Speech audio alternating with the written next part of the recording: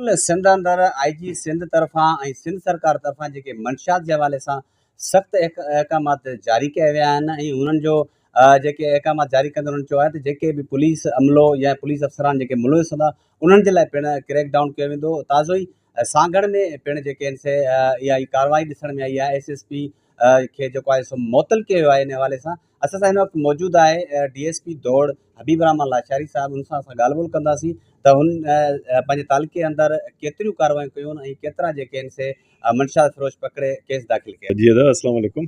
असां काफ़ी केस दाख़िल कया आहिनि, दौड़ में भी काफ़ी कया आहिनि जेके असांजे लिस्टनि में हुया, जेके मंशियात फ़रोश मेन माण्हू हुया जेके असांखे हथु न पिया अचनि गिरफ़्तार करे उनखे जेल में कयो आहे।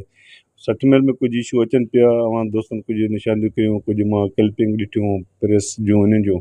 उन त कल भी मां आयुसि, जेका जेका जी इंफॉर्मेशन मिली पई उते मां पाण अची रेड कया आहिनि। मंशियात फ़रोश जे ख़िलाफ़ मुंहिंजो SHO भी तव्हांजो गॾु हुयो, पर कुछ वरी दुकानूं टाइम ते कुछ बंदि करे फ़रार थी विया आहिनि। असां पंहिंजी हिकमत अली ते कयूं पिया त जेको पंहिंजो SHO साहिबु आयो उनखे भी ख़ासि असां हिदायतूं ॾिनियूं आहिनि त पंहिंजे तरीक़ेकार सां हिन सभिनी खे अरेस्ट कयो।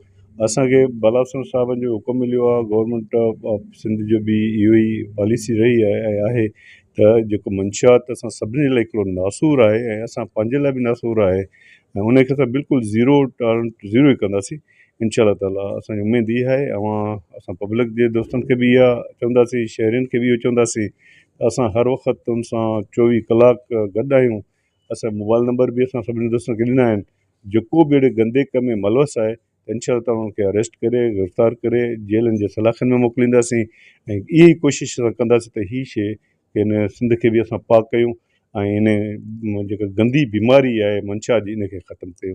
घरू वज़ीर IG सिंध जी तरफ़ां बार बार उन्हनि जो मुख़्तलिफ़ बयान अचनि पिया त इन शइ में अंदरि अगरि अफ़सरान मुलविस हूंदा या अहलकार मुलविस हूंदा सिंध पुलिस जा, मुलविस जो मुराद छा पिया सम्झो त इहा शइ जेका हले थी त इन में कुझु अमलो जीअं अक्सर चयो वेंदो आहे सिंध में त सिंध पुलिस में त कारियूं रिढियूं, त छा ईअं इन में आहे छा कि अहलकार मुलविस हूंदा आहिनि या कि अफ़सर वग़ैरह? असां ॾिसंदासीं उन शइ खे बि असां चेक कयो। असां सब डिवीज़न वाइज़ पंहिंजे बाला अफ़सरनि जे हुकुम मुताबिक़ सभिनी सां मीटिंग कई आहे ऐं ज़ेरस स्टाफ सां मीटिंग कई आहे।